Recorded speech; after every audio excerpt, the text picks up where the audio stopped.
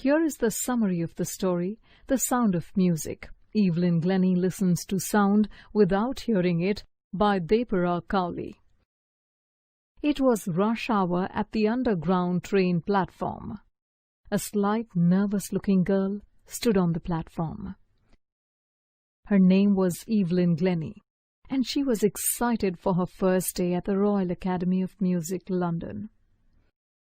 Evelyn's journey from a Scottish farm to the Royal Academy had not been easy.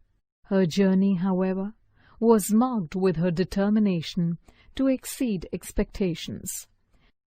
Evelyn was 8 when her mother noticed that she could not hear when called.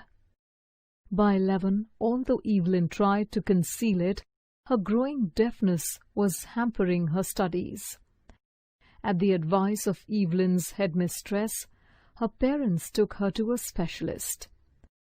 Glennie was diagnosed with nerve damage, which would impair her hearing permanently. She was advised to wear hearing aids and attend a special needs school. Even though the future looked bleak for Evelyn, she was determined to lead a normal life.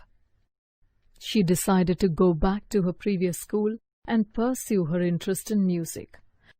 Most of her teachers at school discouraged her.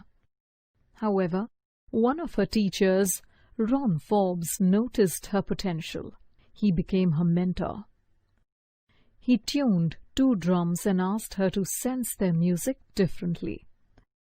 That's when Evelyn noticed that she could feel the vibrations of the drums through different parts of her body.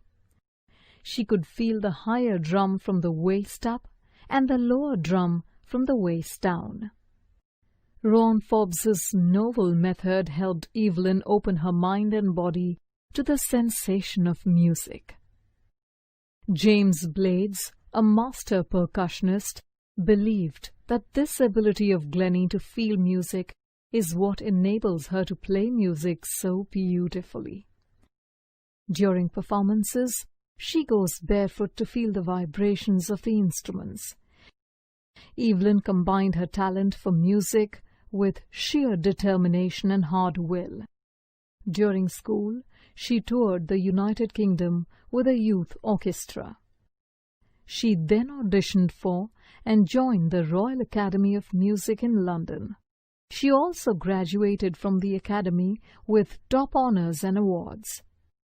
In 1991, she was awarded the Royal Philharmonic Society's prestigious Soloist of the Year award. Through her success, she has brought percussion to the forefront of the orchestra. Her journey has been called heroic by many, but Glennie believes it to be a normal result of one's determination to achieve one's goals. Other than music, Evelyn is also skilled in languages. She can also hold a conversation with a person by only reading their lips. She also spends her free time giving concerts in prisons and hospitals. She also teaches music to children. Because of this, Anne Ricklin of the Beethoven Fund for Deaf Children calls her a shining inspiration for deaf children.